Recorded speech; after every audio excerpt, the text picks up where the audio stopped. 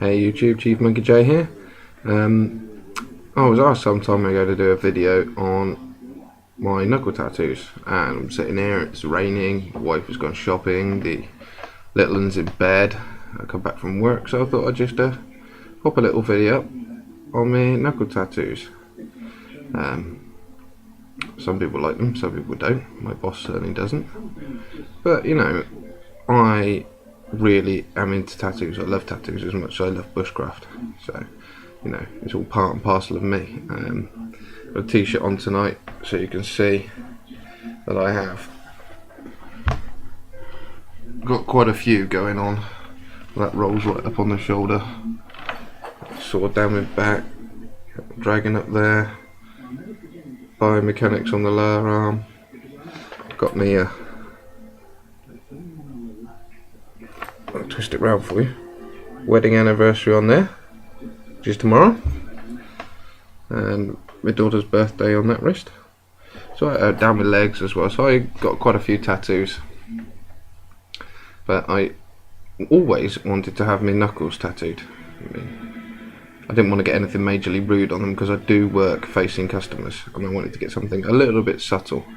I mean, they are obvious when you really look at my hands, but in passing, just floating around, you don't really notice them. I mean, they're 4 little skulls and no colour in them, it's not too bad. Now, the problem with getting knuckle tattoos is that you use your hands a lot. It's the hardest part of your skin on the front of your knuckles because they're always getting chipped and jarred and things like that. And the chemicals we use for cleaning them, even if it's just natural soaps, but you do your washing up and things like that, they do have a tendency to fall out. If I can get these close enough and get the camera to zoom in, they've held up quite well. Excuse that, that's the dishwasher beeping. Got a little bit of fade out on the edge of this one, but from the period of time I've had them, I think I've had them in sort of tail end of last year. So we're coming up to almost 6 months now or so with them being in, which is pretty cool. They've held up quite well. I will probably get more if I can get away with it. I would like to get my hand done and up around the side in something. It felt really cool. Didn't hurt at all. No more than any other tattoo does, but then I do have, and I will stress, quite a high tolerance to pain. It's not me being big or clever or showing off, but I think in all the time I've been tattooing, I've only had one that's made me jump for pain. That's only one, and I've got more than I could actually remember now, and that was really on the back of my thigh, not thigh calf, and that smarted a bit, but then it was a really fine needle.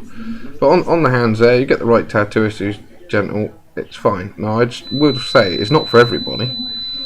You know, it's quite a personal thing. Tattooing is. Some people like it, some people hate it, some people have one and never get anything else done, and there's people like myself who get started and really quite a bug. It's the same sort of bug as collecting knives, as doing bushcraft, as doing knitting, as sewing, any hobby, flying planes, you name it, whatever you do, it's a bug. You do it because you enjoy it, and tattooing is almost a hobby for me. So, you know, they are expensive. I can't have them very often, but I'd like to put something on these knuckles if I can get away with it. I'd like to put a bit of pistons or something, because I've got biomechanics up here that does need to be finished off when I can afford to go back to the tattooist that started it.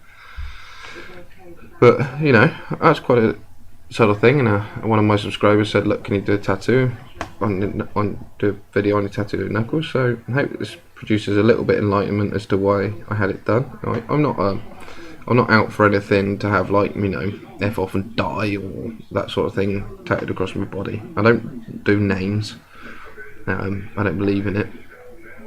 I do dates quite happily. I'll happily put a date on that means something to me. And all my tattoos were done at a given point for a certain reason. They not done randomly. They are thought about. They are carefully, you know, planned. I mean, I think I must have spent about 3 months deciding whether or not to do this, and then a bit more time once I made the decision to do it on what to have.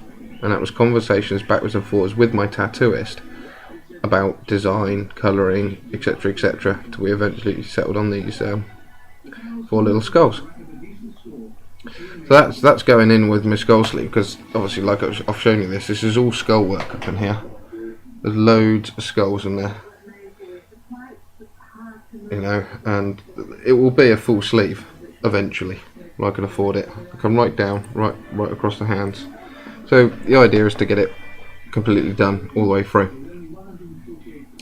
But then again, it's me, this is what I do. I mean, if you guys have got a thought about having a tattoo, then, well, why not? Go to a tattooist shop, go ask, go think, go talk to loads of people, get loads of different recommendations for tattoo shops. Go and look at their work, go and look at their books, go and ask people that have had